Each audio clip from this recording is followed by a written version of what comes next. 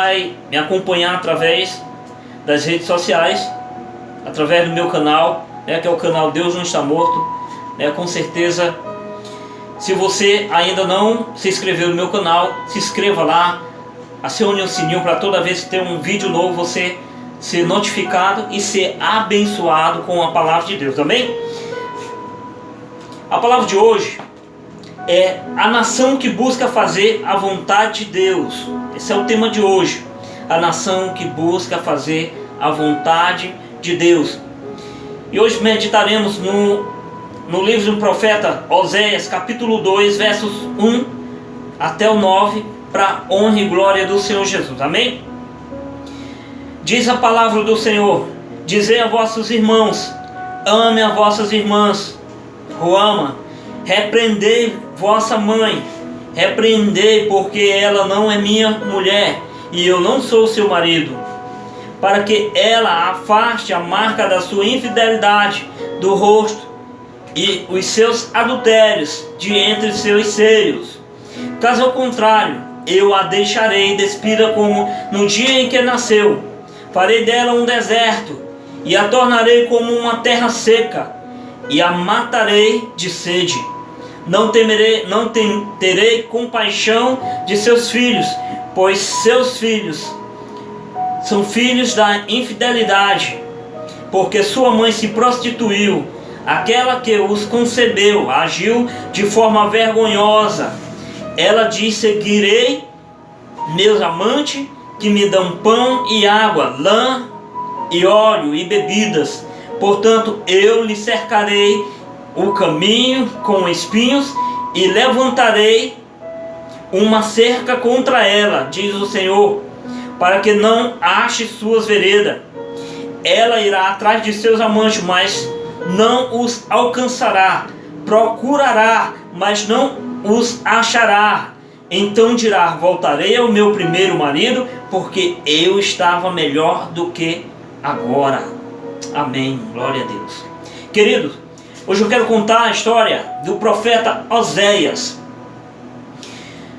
O profeta Oséias, aqui na simbologia da palavra de Deus, ele representa Deus.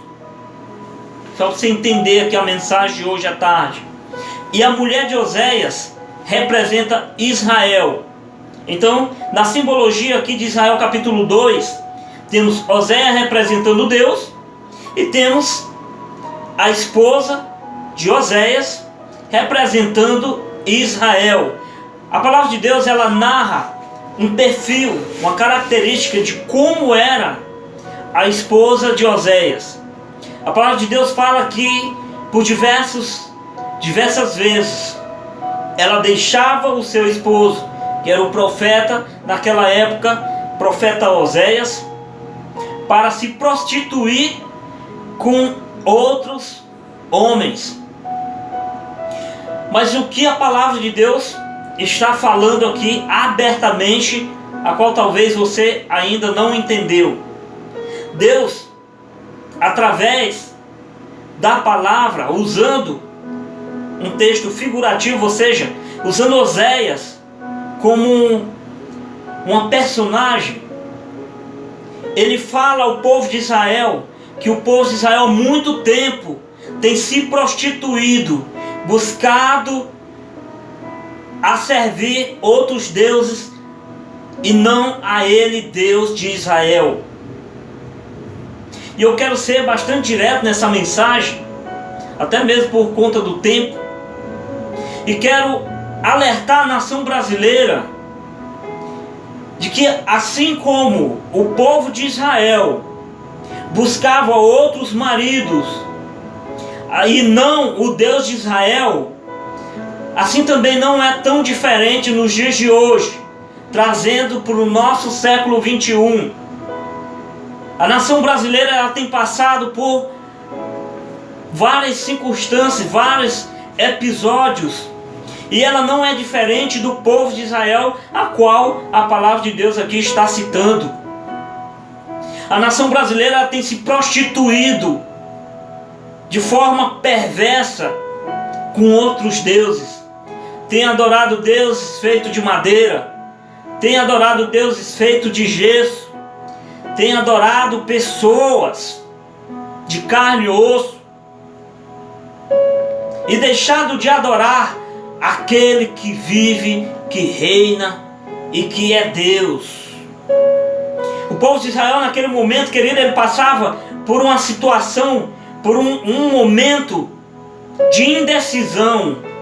Eu vejo aqui na figura dessa mulher, esposa de Joel, que ela buscava os prazeres de Oséias e buscava os prazeres longe, em outra nação, e deixava o seu esposo Oséias e tentava buscar satisfazer a vontade da sua carne. Versículo 5 diz, o próprio Deus diz, porque a sua mãe se prostituiu, aquela que os concebeu agiu de forma vergonhosa. Ela diz, seguirei meus amantes que me dão pão e água, lã e linho, óleos e bebidas. Deus está falando para o povo de Israel, ei, escute. A nação de Israel tem buscado os prazeres da carne, tem buscado a satisfação da carne, os desejos da carne e não do espírito. Ela tem buscado bens materiais e não celestiais. Quando a palavra de Deus fala que a própria esposa de Oséias diz, eu vou atrás de outros, dos amantes que me dão pão, água, lã e vinho. Eu quero chamar a atenção de você que está ouvindo a palavra de Deus e da nação brasileira. Muitos têm buscado os bens materiais e esquecido de Deus, buscado incessantemente a riqueza de forma errônea e deixado Satanás endurecer o seu coração. Hoje pela manhã, quando Deus me deu essa palavra, eu entendi perfeitamente que Deus busca uma nação que faça a sua vontade. E o primeiro a ser ministrado com essa palavra foi eu. Ao lê-la, eu entendi que Deus está exigindo de nós uma adoração verdadeira e que nós possamos adorá-lo em espírito e em verdade, assim como ele exortou na pessoa de Jesus a mulher samaritana. Ele disse, a hora vem e já é que muitos adoradores me adorarão em espírito e em verdade. Glória a Deus. A palavra de Deus fala aqui no versículo 8, ela não reconhece que fui eu que lhe dei o trigo, o vinho, o azeite e lhe multipliquei a prata e o ouro que eles usaram em favor de Baal. Para você que não conhece, Baal era um deus adorado naquele tempo, um falso deus que operava falsos milagres. Não é diferente de hoje. Brasil cheio de falsos deuses que pregam falsos milagres e fazem falsos milagres. Mas escute, a palavra de Deus diz que no final dos tempos Satanás ia enganar a nação operando falsos milagres. Irmão, mas me deu um exemplo, é simples. Já vivi por vi diversos episódios na minha casa, na infância, viver falsos milagres. Pessoas que saíam boas, aparentemente, e logo depois voltavam enfermas, pior do que quando elas entravam. Me recordo como se fosse hoje, episódio de uma moça que entrou na minha casa paraplégica, ou seja, da cintura para baixo, ela estava sem movimento nas pernas. E aí Satanás estava enganando ela, levaram ela até a minha casa. E lá, depois de algumas sessões feitas pelo meu pai, ela saiu boa dali. mas logo depois de um mês ela voltou pior, ela voltou totalmente imóvel, ou seja, ela não mais se movimentava de forma alguma. Então, querido, escute, Satanás ele só veio para matar, roubar e destruir, e assim como ele enganou aquele povo de Israel naquela época, ele está enganando o povo nessa época, mas maior é o Espírito que habita em nós do que o que está no mundo. Deus está acordando homens e mulheres que não se vendem de forma alguma e que não barganham a sua salvação em troca de pão, de vinho, de óleo, como aquela mulher se vendeu. A palavra de Deus aqui está falando de adultério, mas não no adultério no sentido de que a mulher adulterou, até porque mesmo era isso que ela fazia. Mas o que Deus está falando para nós como nação é adultério de nós deixarmos de adorar a Deus e adorar outros deuses, que tem boca mas não fala, ouvido mas não ouve, nariz mas não sente cheiro, não tem condições de sentir o paladar de nenhum alimento, tem perna mas não caminha, tem mão mas não consegue pegar.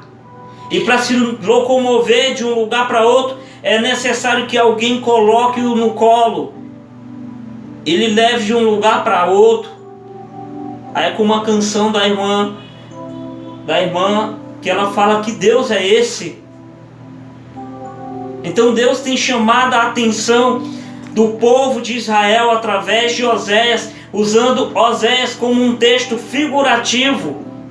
Ele usa Oséias como apenas uma personagem, mas Oséias verdadeiramente viveu sim esse episódio. A sua esposa lhe deixava por diversas vezes em troca de bens materiais. Mas não é essa a mensagem. A mensagem é que Deus procura uma nação que queira adorá-lo verdadeiramente. Tudo isso que está acontecendo, querido, no nosso país e no mundo, não é evidência científica, não. Isso é Bíblia, é a palavra de Deus. A palavra de Deus ela tem muito mais de 6.000 anos de escrito. Logo depois do ano 93, a palavra de Deus no Novo Testamento já começou sendo compilado. Antes do primeiro século, após a morte de Cristo, o ano de ascensão de Cristo, porque ele ressuscitou quando ele estava lá na Galileia, quando ele subiu, e muito mais de 500 pessoas viram com seus próprios olhos Cristo sendo elevado ao céu com uma nuvem. Os dois anjos que estavam do lado disseram: varões galileus, por que vocês estão com os olhos fitos olhando para o céu? Esse Jesus que está subindo da mesma forma que está subindo, ele vai voltar. Em João 14, Jesus diz: eu vou, mas eu vou preparar um lugar para vocês. E quando eu voltar, eu vou levar vocês para morar aonde eu estou morando. Então, querido, aqui na terra, como está escrito na Epístola de Pedro, aqui, depois que acontecer o julgamento de Deus, o sistema todo vai ser difundido e começa do céu. E Apocalipse fecha. Aqui só vai restar tormento e dor. Irmão, mas por que aqui vai ficar desta forma? Justamente porque Deus preparou um lugar onde lá não vai haver morte, nem choro, nem pranto, nem dor, nem clamor, nem fome. Lá nem a morte, nem os anjos, nem a altura, nem profundidade, nada e ninguém vai nos separar de Deus. Amém? Então entenda, a nação de Israel naquele momento passava por uma tribulação ideológica, ou seja, ela achava que ir atrás de Baal Peor era o melhor caminho para se trilhar. Mas Deus sabia que ela ia se arrepender. E Israel se arrependeu. Israel está se arrependendo. Israel está se voltando a Deus. E esse é um recado para nós, nação brasileira, também nos voltarmos a Deus. Porque uma das coisas que mais prego aqui nesse programa é que eu não prego religião, tampouco eu falo a denominação a qual pertenço. Eu sou crente batista, mas eu prego o Evangelho, a palavra de Deus. Eu não prego doutrina, eu não prego placa de igreja, porque nós aqui somos a igreja do Deus vivo. O Espírito Santo habita em nós e não em construção de tijolo, de ferro e de cimento. O Espírito Santo habita em meu coração e no teu coração. E nesses últimos dias, o Espírito Santo está clamando e te dizendo que Jesus está voltando a qualquer momento. As pessoas usam a colocação de que Jesus vai voltar. Está errado. A exegese desta colocação está totalmente equivocada. Jesus voltará a qualquer momento, como Paulo fala em 1 Coríntios capítulo 15, num abrir e fechar de olhos. Então te prepara, você que está dormindo, se prepara, porque Jesus voltará, certamente voltará. Amém? Então que nós sejamos uma nação que adore a Deus em espírito e em verdade. Tudo isso que está acontecendo no nosso país e no mundo não é à toa, não é sem sentido. Tem um sentido. Apocalipse fala disso perfeitamente. Estava até eu e minha esposa conversando essa semana e ela até me falou algo que é tremendo sobre o que está escrito em Apocalipse, sobre o derramar das taças, e do selo, o cumprimento dos selos, profetizando, enfim, a extinção de 1/3 da população. Então nós vemos hoje essa mortandade, ou seja, essa grande quantidade de pessoas que estão morrendo hoje no nosso país e no mundo. Podemos também atentar, porque pode ser sim o cumprimento de uma profecia. E se for o cumprimento da profecia, nada e ninguém pode parar. E só frisando aqui, Deus, ele não tem prazer na morte do ímpio. Ele se alegra na minha morte, porque ele sabe que quando eu morrer, eu vou estar junto com ele. Mas o ímpio não, ele não se alegra na morte do ímpio, porque ele sabe que o ímpio precisa se converter, aceitar Jesus de verdade e caminhar o caminho que é estreito, que é o caminho que leva para a salvação. Então essa é a mensagem de hoje. Que você medite nesse texto, medite nessa reflexão e que o Espírito Santo possa fazer morada em teu coração. Escute, Jesus voltará. Guarde isso em teu coração, memorize isso na tua mente. Jesus voltará. Então te prepara, porque Ele certamente voltará. Amém? Eu quero orar por você em nome de Jesus. Pai amado, Deus Todo-Poderoso, meu Deus, eu te entrego este culto, Pai, de louvor, adoração ao teu santo nome, para a honra e glória do teu santo nome, em nome de Jesus. Que a tua palavra, Senhor, possa achar morada em nossos corações e que através do Espírito Santo, Pai, a tua palavra não venha a ser roubada pelo ladrão, que tanto impede, Pai, que a tua palavra venha eternizar em nosso coração. Toda vez que ouvimos uma pregação, toda vez que ouvimos um louvor, toda vez que ouvimos uma oração, toda vez que ouvimos uma ministração, Satanás logo depois vem tentar roubar, colocando outros pensamentos em nossas mentes, colocando entretenimento, justamente para nós perder o foco, que é a mensagem pregada. Mas em nome de Jesus, esta obra de Satanás vai cair por terra, porque é a tua palavra, Deus. Então eu te peço em nome de Jesus, abençoa a minha cidade, o Buriti, que eu tanto amo. Cada morador daqui, cada amigo meu, cada irmão meu em Cristo, que eu amo de coração a minha cidade. Que o Senhor possa estar abençoando todas as cidades, nosso estado, nosso país e o mundo. Aonde há um choro, que possa haver consolo. Aonde há uma enfermidade, que possa haver cura. Que aonde há um desespero nesse exato momento, Pai, que haja um refrigério de alma através do teu Santo Espírito. E eu te entrego, Pai, este culto de adoração No nome do teu Filho amado Jesus Cristo. Amém, amém, amém. Querido, fique na graça e na paz do Senhor. Que Deus te abençoe. Que Deus dê um excelente final de semana para você.